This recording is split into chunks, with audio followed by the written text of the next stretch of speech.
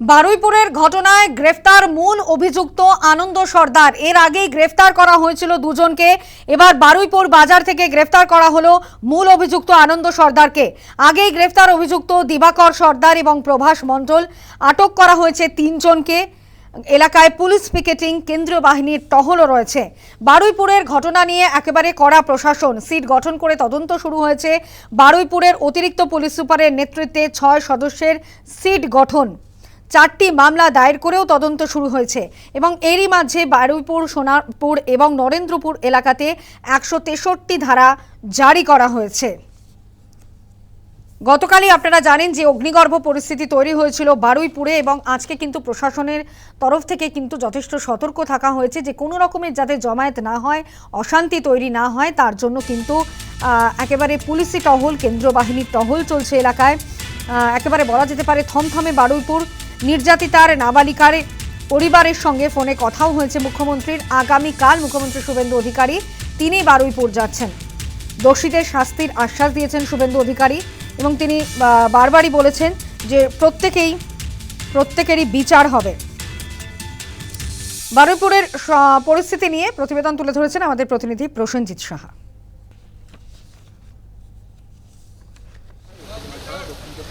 বারুইপুর থানার অন্তর্গত এই সূর্যপুর হাট এলাকাতেই এক 11 বছরের নাবালিকাকে ধর্ষণ করে খুনের অভিযোগ ওঠে স্থানীয় কয়েকজন যুবকের বিরুদ্ধে।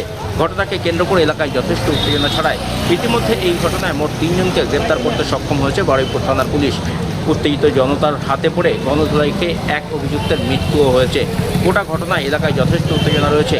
এলাকায় যাতে নতুন করে অশান্তি না ছড়ায় সেই কারণে প্রচুর পরিমাণে পুলিশ, কেন্দ্রীয় বাহিনী মোতায়েন রয়েছে এলাকাতে। তবে এলাকার সাধারণ মানুষ থেকে শুরু করে নির্যাতিতার পরিবার সকলেই চাইছেন এই ঘটনায় যারা মূল অভিযুক্ত সেই দোষীদের যাতে শাস্তি হয়।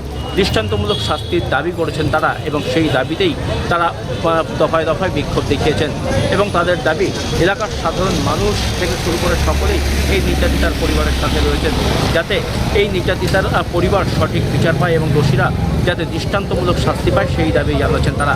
অন্যদিকে সোমবার সকাল থেকে দফায় দফায় বিভিন্ন রাজনৈতিক দলের প্রতিনিধিরা আসেন নির্যাতিতার পরিবারের সাথে দেখা করতে। একদিকে যেমন সুরেন চক্রবর্তীর নেতৃত্বে বাম প্রতিনিধি দল আসেন এই নির্যাতিতার পরিবারের সাথে দেখা করেন, তেমনি কালীঘাট তৃণমূলের একটি প্রতিনিধি দল দোলা সেন, প্রতিমা মণ্ডলের নেতৃত্বে আসেন নির্যাতিতার বাড়িতে। মোবাইল ফোনে কথা বলেন মমতা বন্দ্যোপাধ্যায়ের সাথে।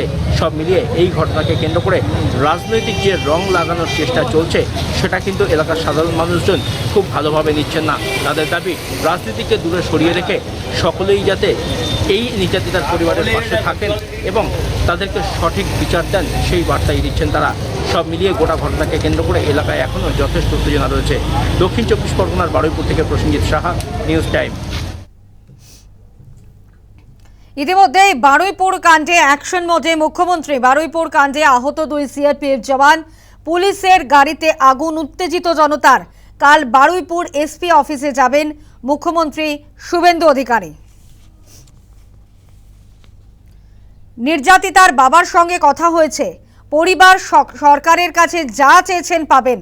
জঘন্যতম ঘটনায় ইতিমধ্যেই গ্রেফতার করা হয়েছে 2 জনকে, যদিও আপনারা জানেন যে মূল অভিযুক্তও গ্রেফতার হয়েছে এই ঘটনায়। সিট গঠন করা হয়েছে, 4টি মামলা করা হয়েছে। জঘন্য ঘটনা ছাড়াও 3টি মামলা হয়েছে। ফোনে কথোপকথন পেয়েছে পুলিশ। আইজির নেতৃত্বে পুলিশ কাজ করছে এবং অন্যদিকে এসটিএফও কাজ করছে এই ঘটনায়, এমনটাই জানিয়েছেন মুখ্যমন্ত্রী শুভেন্দু অধিকারী। না, আমি কালকেই ওনার বাবার সঙ্গে কথা বলেছি। ওনার বাবা বিচার চেয়েছেন। জঘন্যতম ঘটনা, সিট গঠন হয়েছে। পরিবারের পক্ষ থেকে 4 জনের বিরুদ্ধে অভিযোগ দেওয়া হয়েছিল। 2 জনকে গ্রেপ্তার করা হয়েছে, 3 জনকে ডিটেইন করা হয়েছে, যাদের সঙ্গে পলাতক 2 আসামির ফোনে কথোপকথন পেয়েছে পুলিশ। পুরো আইজির নেতৃত্বে পুলিশ, এসটিএফ সবাই কাজ করছেন। ওনার পরিবার যা যা চেয়েছেন সরকারের কাছে সেই কাজ সরকার করছে। আমি আশা করি যে তদন্তের মাঝপথে আমার না বলাই ভালো, কিন্তু এটুকু আমি বলে দিচ্ছি, পরিবার যেভাবে জাস্টিস চেয়েছেন, পরিবার সরকার এবং পুলিশের কাছ থেকে যে যে সহযোগিতা চেয়েছেন সেটা তারা পাবেন। মোট 4টি মামলা হয়েছে। একটি এই জঘন্যতম অপরাধের মামলা ছাড়া আরো 3টি মামলা হয়েছে। এরই পাশাপাশি গণপিটুনির ঘটনায় সাম্প্রদায়িক উস্কানি ছিল। সম্ভবত রেল লাইন উপড়ানো হয়েছে, অতীত ইতিহাস স্মরণ হচ্ছে। 2019-এর সিএ বিরোধী আন্দোলন, কিছুদিন আগে ওয়াকআপ সংশোধনী বিরোধী আন্দোলন, সিআরপিএফ-এর 2 জওয়ান আহত হয়েছেন, পুলিশের 10টি গাড়ি জ্বালানো হয়েছে। প্রথমটার বিচারে ফাঁসির সাজা দেব, ওর বাবা যা যা চেয়েছেন সব করবে মুখ্যমন্ত্রী। ফোনে কথা বলেছি, আমি খুশি, ওনারা আস্থা রেখেছেন। যারা অতৃপ্ত আত্মা ভোটে হেরে ঘরে ঢুকে গিয়েছিলেন, এখনো ঘরে ঢুকে 3 জন মিলে 3টি কাণ্ড করেছে, তাদের ফল ভুগতে হবে। কড়া হুঁশিয়ারি মুখ্যমন্ত্রী শুভেন্দু অধিকারীর। কি বলেছেন শোনাবো। সম্ভবত আমি এক্ষুনি বলবো না, আমি কাউকে ক্লিয়ারেন্স দিতে চাই না, পুলিশ বলবে। যেটা মব লিঞ্চিং হয়েছে এর পিছনে একটা কমিউনাল অ্যাঙ্গেল ছিল।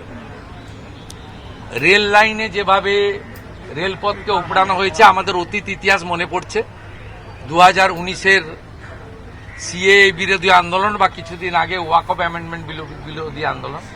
তৃতীয় হচ্ছে সিআরপিএফ-এর 2 জন জওয়ান আহত হয়েছেন, একটা পুলিশের গাড়িকে জ্বালানো হয়েছে। আপনারা নিশ্চিন্তে থাকুন, প্রথমটার তো বিচার দেব, ক্যাপিটাল পানিশমেন্ট দেব। ওর বাবা যা যা চেয়েছে সব করবে মুখ্যমন্ত্রী। সাথে সাথেই ফোনে কথা বলেছি, তো আমি খুশি যে ওনারা আমার আস্থা রেখেছেন। বাকি 3টে বিষয় যারা যুক্ত, যারা অতৃপ্ত আত্মা, ভোটে হেরে যারা ঘরে ঢুকে গেছিলেন, এখনো ঢুকে আছেন, এই তিনজন মিলে এই যে 3টে কাণ্ড করেছে না, এদেরকেও কিন্তু ভুগতে হবে। এমন ভোগাবো বুঝতে পারবে।